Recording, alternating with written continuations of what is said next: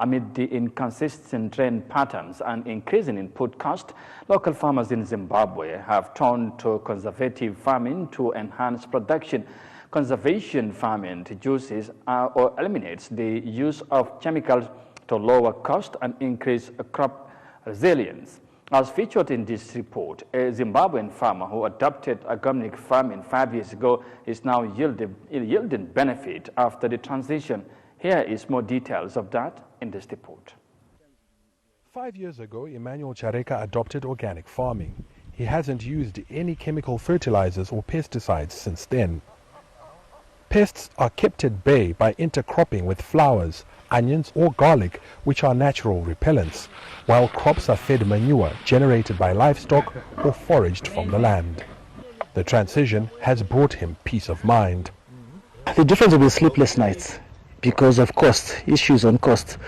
Farming, if you don't manage your costs, you're not doing anything. So if you do organic compared to conventional, where you use fertilizers, you are less stressed in terms of acquiring fertilizers. We are almost at zero cost. The only cost we are facing is obviously labor and the initial cost of seeds. But otherwise, yeah, it's a viability. It is very viable.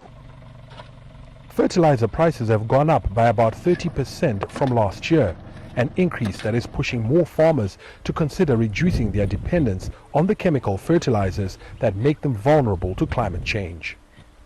When we're adding carbon, organic matter to the soil, it actually helps to lessen the water requirement of a crop. Because when you're adding the organic matter, it retains a lot of moisture than if you put the synthetic fertilizer. For instance, I'll give an example of ammonium nitrate. For every molecule of nitrate that you apply in the soil, it needs 3 molecules of water. So you're actually adding a huge water requirement to your crop.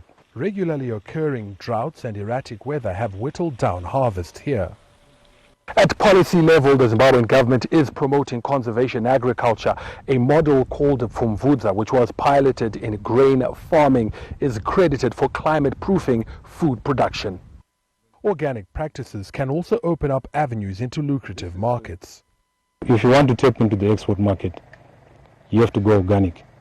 Because if you are using chemicals and those synthetics, there are restrictions. You cannot sell your produce overseas.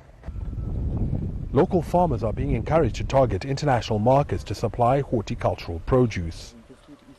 Farai Makutuya, CGTN, Harare, Zimbabwe.